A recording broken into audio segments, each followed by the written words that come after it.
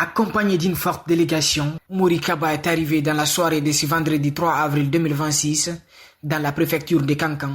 Le candidat est venu procéder au dépôt officiel de sa candidature dans le cadre des élections législatives et communales prévues le 24 mai 2026 sur toute l'étendue du territoire national. Mouri Kaba se présente sous la bannière du Parti Union nationale des patriotes de Guinée, INPG, avec l'ambition de devenir député de Kankan afin de défendre les intérêts de la population de Nabaya au sein de la future Assemblée nationale. Après le dépôt de son dossier à la préfecture de Kankan, le candidat a exprimé ses ambitions pour la ville. Je suis là aujourd'hui, cet après-midi, pour déposer mes dossiers de candidature pour les élections législatives et uninominales et plurinominales. Ce sont des impressions de joie et de satisfaction. Et je profite de ce micro pour d'abord remercier les membres de mon bureau politique national, de l'Union nationale des patriotes de Guinée, qui ont bien voulu m'accorder cette confiance en me mettant en avant pour défendre les couleurs de notre parti et surtout dans l'intérêt supérieur de Kankan. Mais aujourd'hui, je tiens à rappeler que c'est un jour symbolique, car c'est une grande étape qui vient d'être franchie et tout. Nous avons voulu répondre à ce rituel démocratique qui vise à déposer nos dossiers de candidature et tout. Et nous souhaitons vraiment que tout le processus se passe très bien, de la phase d'enregistrement jusqu'à la phase de transmission au niveau de la direction générale, que tout se passe dans de bonnes conditions. Très connu dans la lutte pour l'électrification des Kankan, Mouri Kaba affirme compter sur le soutien des citoyens de Nabaya pour accomplir sa mission.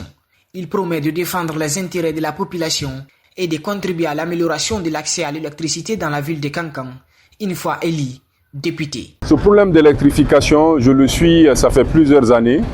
Et d'ailleurs, ça me motive encore à m'engager davantage parce qu'une fois à l'Assemblée, ma première mission serait de veiller sur l'évolution du projet d'interconnexion et tout qui vise à électrifier Kankan et d'ailleurs toute la Haute-Guinée. Donc c'est mes priorités phares, comment veiller à ce que le projet puisse atteindre son acheminement et tout dans l'intérêt supérieur de la population de Kankan. Et mais pas ça seulement parce qu'il y a beaucoup de préoccupations. Donc, mais la priorité c'est l'électrification de Kankan. Pour terminer, il a lancé un appel aux jeunes de Kankan, leur demandant d'être vigilants et stricts dans le choix de leurs candidats. Il les invite à soutenir ceux qui, selon lui, défendent la population avant, pendant et après les élections, afin de contribuer au rayonnement de la ville de Cheikh Fanta Madi Chérif. Les élections législatives, ce sont des élections de proximité. Le plus souvent, il est recommandé aux populations de miser sur des personnes qui connaissent un peu leur réalité et qui peuvent aller défendre leur réalité à l'hémicycle et tout. Parce que comme je le dis souvent, c'est la transition qui finit. Les choses vont se dessiner autrement. Beaucoup de questions de la localité sera discutée au niveau de l'Assemblée. Donc il est important qu'il y ait des représentants vraiment qui connaissent un peu les réalités de la population, qui connaissent vraiment les problèmes de la population et qui sont en mesure aussi d'aller défendre ça au niveau de l'Assemblée. Donc à miser sur un choix vraiment promoteur qui peut véritablement défendre les intérêts de Kankan. Il faut noter que selon un communiqué de la Direction nationale des élections de Guinée, DGE, le dépôt des candidatures pour les élections législatives et communales prend fin à partir de 0h00.